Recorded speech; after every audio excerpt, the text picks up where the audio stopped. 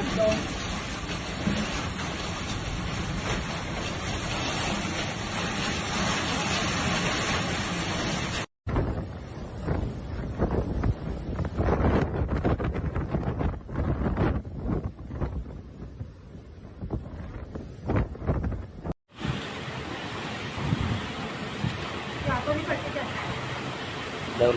₹2.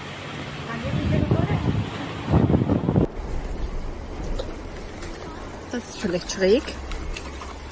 A sudden hailstorm in Berlin, Germany has caused chaos on the street as residents strangely to cope with the intense weather conditions. The hailstorm, which hit the city in an early hour on the morning, left many vehicles damaged and caused disruption to public transport service. A witness described the hailstorms as big, the size of a golf ball, with the sun even larger. The hailstorm smashed car windows and dented vehicles, leaving many motorists stranded and unable to continue their journey. Emergency service were called to numerous incidents across the city as a result of a hailstorm, including reports of fallen trees and debris on the road.